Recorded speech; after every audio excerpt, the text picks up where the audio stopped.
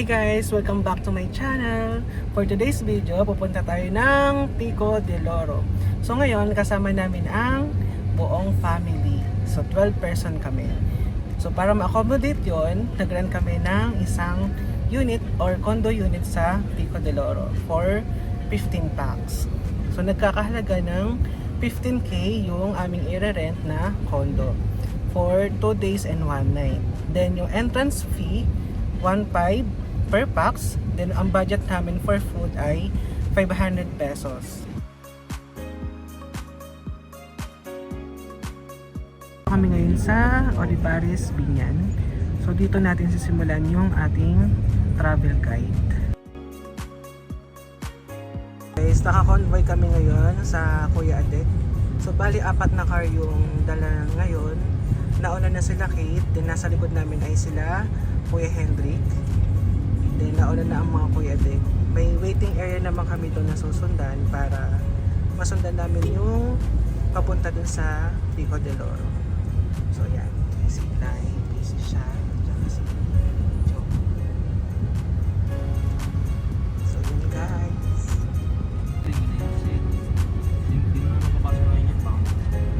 So yun guys, from Binyan, nandito na tayo ngayon sa Carmona City. So hindi pala kami mag-expressway, yung daan ay nagiging bayan-bayan. So medyo matatagalan. Pero sana wala naman masyadong traffic para makarating tayo ng maaga sa Pico de Oro. So yun. Hi guys, any tip pala sa pupuntahan natin sa Pico de Oro. So nakalokate pala siya sa Barangay Papaya sa may province ng Nasugbu, Batangas. Then yung Pico de Oro pala ay property managed by Clininis. So yun nga pala guys, sa mga magtatanong kung saan namin nakuha yung information or contact na tatawagan namin dun sa Pico de Oro. So merong isang FB page na nakita si Mace, then kinontak namin yung contact person dun. Then buti na lang yung available na date yung na condo unit ay pwede sa amin lahat. So yung 411 condo unit ni Miss Mary Jeanette. So hello po Miss Mary Jeanette. Thank you for accommodating us sa inyong condo unit. See you there guys.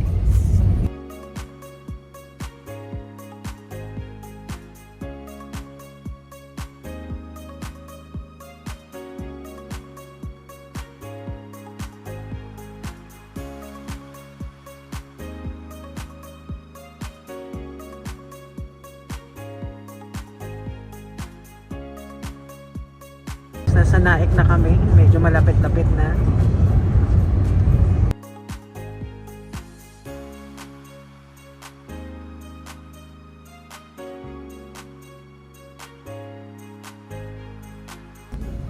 So guys, malapit na kami sa Kabyang Tunnel. So sabi ni nanay, mag-stop over daw kami muna doon.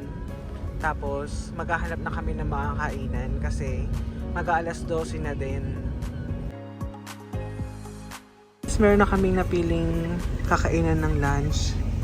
So ayun, nauna na sila Kuya Hendrik o Kuya Adel. Sunod na lang kami. Ayan. Ito yung lunch namin sa Monte Alto Seafood and Boat Park.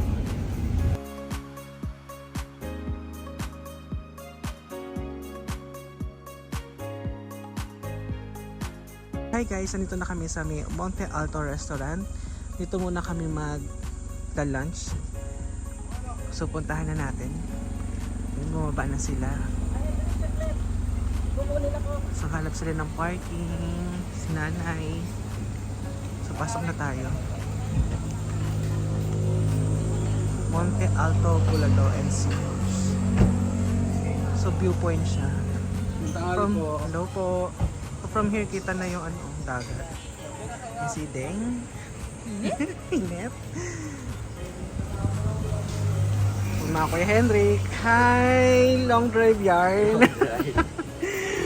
Pagod na. Gutom na. Gutom na sila. Ikaw na, gutom ka na? Chapit-chapit na. Tom goods na. Malapit na ba ang kabiyahe? Hi! Nakapin. So yun guys, hindi talaga mawawala kay nanay ang Yossi break niya. Nakapag-was na siya. Meron silang Combo meal. Check natin yung mga menu. May combo meal sila, lechong kawali with rice. Naghahanap na sila ng mga order.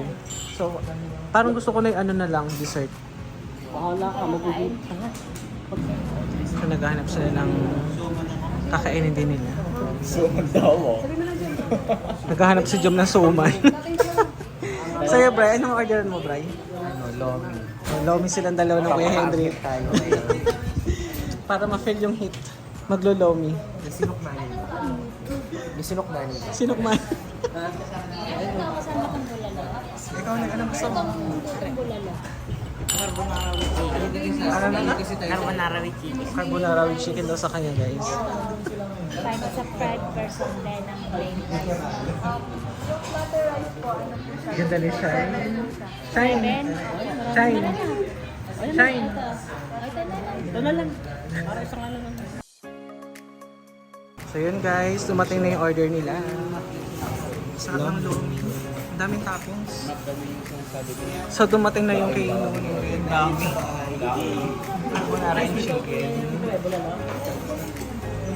So order rin pala sila ng bulalo. Ito po ng kaputi. Isang mainit na bulalo. Chicken din palang kasama yan ay na. So yan. At isang napakadaming rice. Rice ng Kuya Adek. So yun guys, dumating na yung mga in-order naming food. Start na kami kumain ng lunch. Time check, 12:30 na. So may 1 hour biyahe pa daw kami. Let's eat! So ito na yung kakainin ko guys. Isang chicken, tsaka bulalo na may oil. Yung tinulo. Kain na sila na maigi.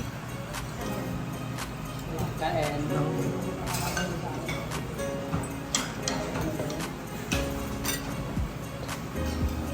So sa kabilang side.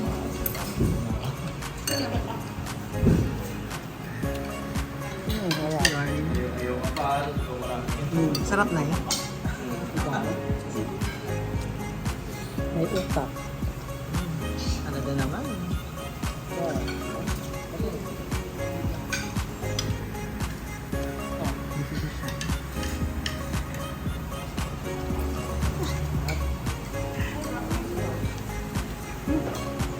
Masarap yung sa'yo, Jom. Ano ba yan? Tapsi? Lain? Wow, may halo-halo. Hindi mo kayo ito Ano yan? Kaya mo magluto na. Ay, ano eh, halo-halo. Masarap.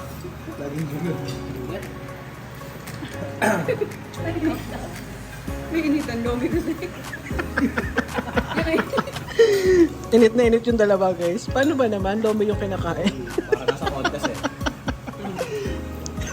Isang minutong Kaya nga. Hindi pa sila nasayan sa init ng panahon. Tapos ang damakmak na sigo. Si Bray, pawis na oh. Kain namin ng lomi mo, namin kargado. Grabe. Ayan, bagong refill yung aming sabaw. Ang sarap ng bulalo nila. Mak, gusto mo pa ba? Okay na ako. Tsura mo? Ano? Sabaw?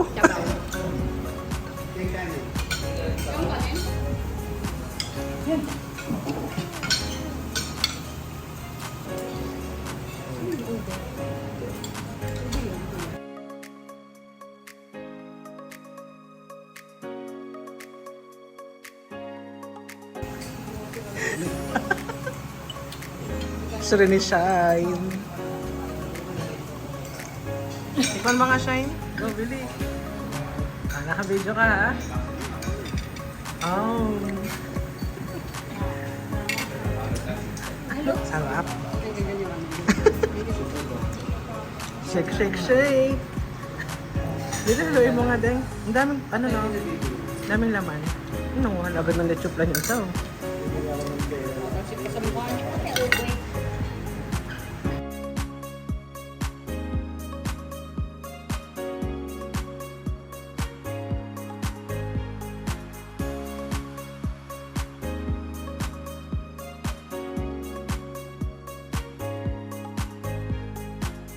time check guys, 12:50. So tapos na kami mag-lunch. Pinapalamig na lang yung mga sasakyan. Tapos diretso na kami ng Pico de Oro. So nandun na daw sila, doon na daw sila mag-lunch. So medyo mainit na. So tanghalin tapat.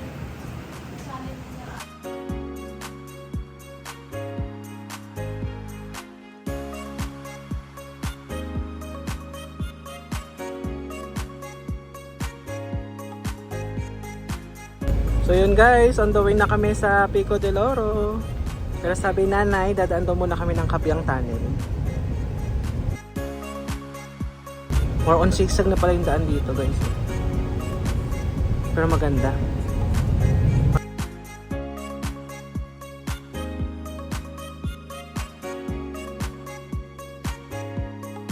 Yun guys, dito na kami sa tunnel clearance. Malapit na dito yung Kabyang Tunnel, no? Tambay na nga eh. So hello guys, nandito kami sa Kabyang Tunnel. So napababa si Lady Red para mag-picture. So ayun siya guys. Ayun o. Ano sila ng Kuya Henry. Guys, ayun si Lady Red. Nagpipicture siya o. O, tingnan natin.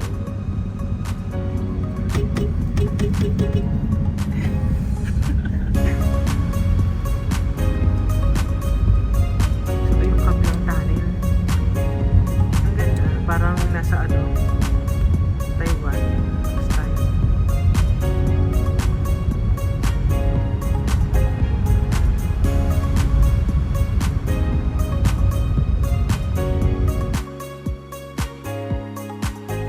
Na kami sa mga Kuya Dick at Kuya Henry papuntang Pico del Oro. Na magpipicture pa daw sila sa Kabyang Tunnel at talagang gustong-gusto doon ni nanay magpicture dahil nakikita niya yung sa mga vlog na pinapanood niya sa Facebook.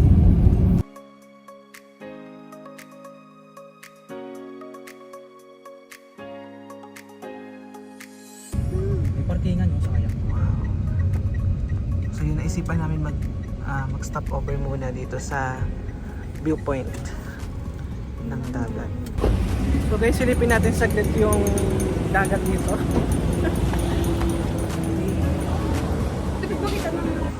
So ito pala yung nakikita namin sa video na dagat na pabuntang Pico de Oro.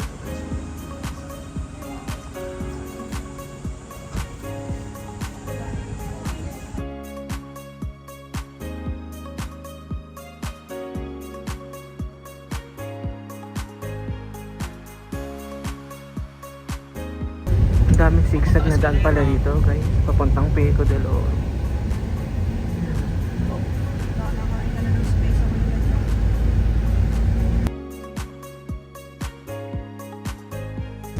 So yun guys, nandito na kami. So ito yung way papuntang Pico. Saan tayo dyan, Chief? Ay, dito. Nakapali. So ayan. Ito na yung entrance ng Pico del Oro. Ganda. Kasamang desk. Yun sila guys. Sa kabilang sasakyan. Hi! Dito na tayo. Yun sila Lady Red.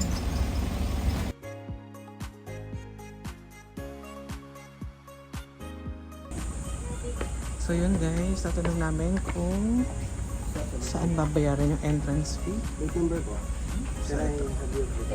Wait daw muna para kami dito guys. Samahan natin si Kuya Dri para sa kanya.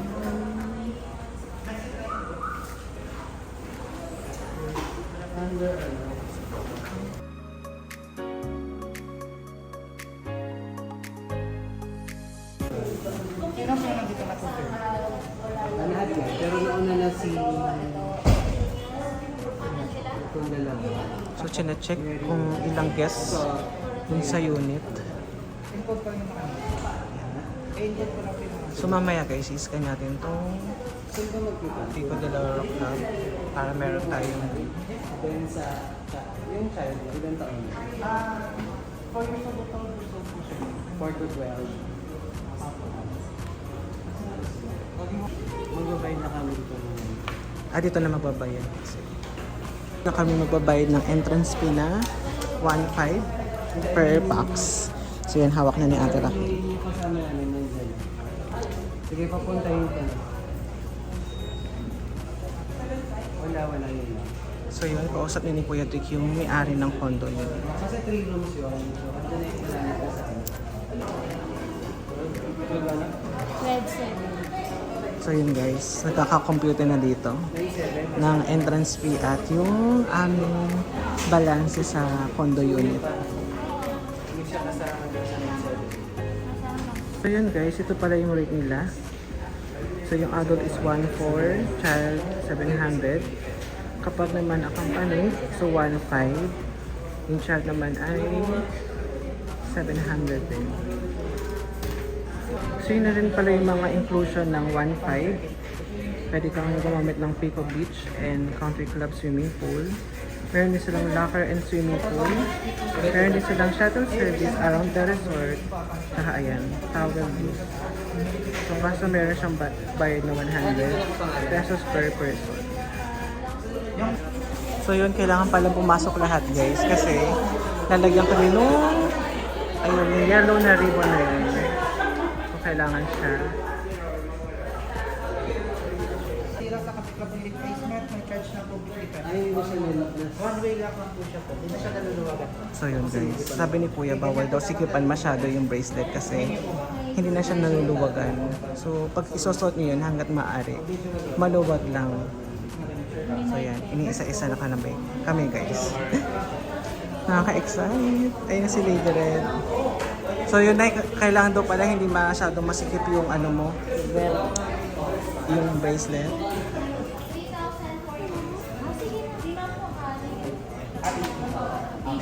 Meron din si Shine.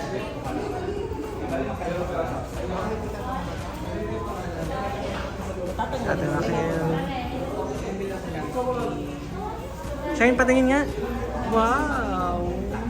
Huwag mo tatanggalin yan ha. Hindi natatanggal. Ano yan, tanggal yun. Basta si Nunoy, si Lady Red naman.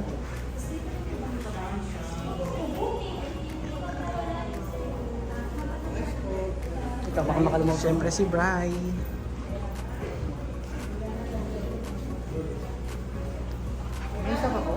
So ako po, si Mart po. Yan guys. Thank you so much for your stay. Thank you. Okay na, okay na. So meron na kami lahat.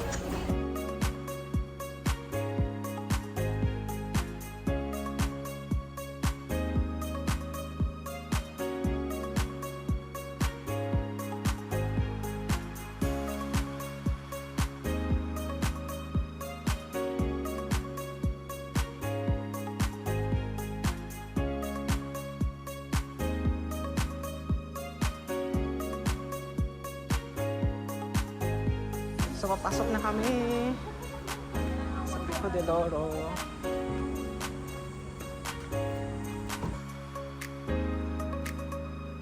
So, yun guys. So, pasok na kami. Sama namin sila.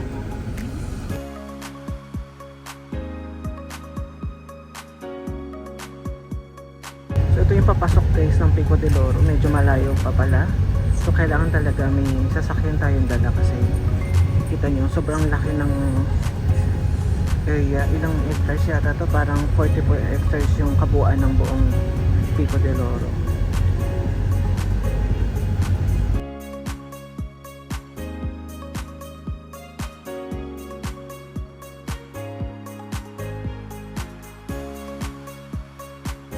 Hello guys, so yun, nakapasok na kami sa Pico de Oro.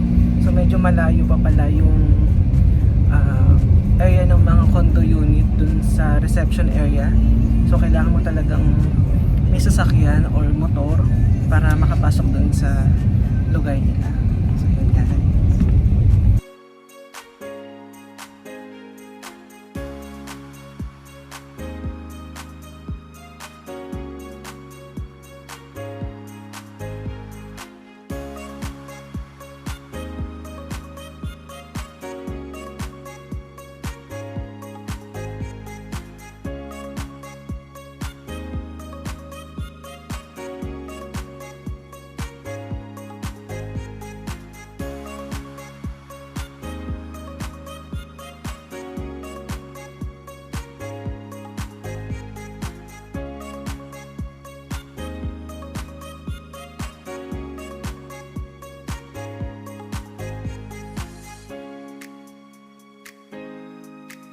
Punta tayo sa reception area ng unit na narenta natin. So, andito na si Kuya Trick. Ang ganda. Oh. So, ito yun. Yan, nag-fill up na si Kuya Trick. 411 po.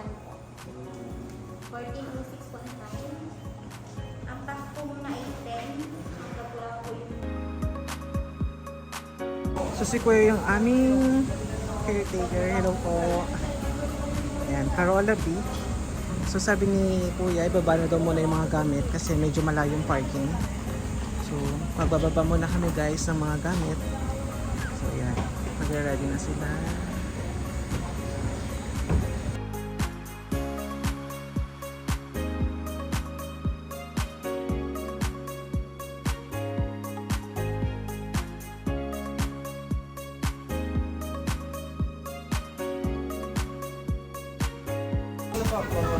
So yun guys, sundan natin sila kuya. Pupunta tayo sa aming room. So yan, dala-dala nila yung gamit namin guys. So kumusta ang biyahe? Super layo. Super layo. Pero mamaya worth it na yan. Si Glidel. Let's go, si Bri. So pupunta na tayo ngayon ng room. Room 411 tayo, no? So ito pala yung area nung Carola Beach. Ang ganda. May pasiling silang ganda. Tapos, meron yung upuan. So yun yung mga gamit namin. So sila yung mga caretaker ng unit.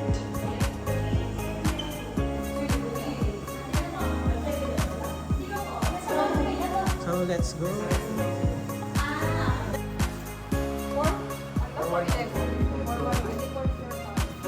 4th floor pala kami guys. Kasi nga 411 yung room. Mga pagod na. No? Mamaya magre-refresh tayo ah.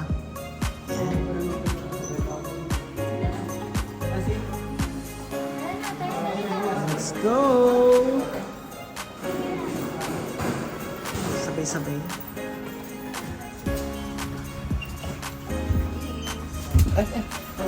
Saan ang pangalabang stand? Magmapindas. Oo nga, paano nga? Ay, yan na pala eh.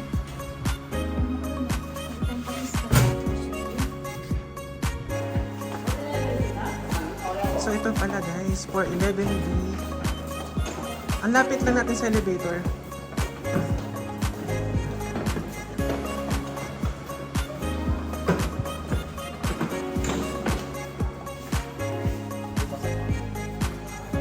Wow, ito yung room natin. Ang lamig. Ang ganda guys. Walang bed dyan. So ang ganda ng room nila guys. So,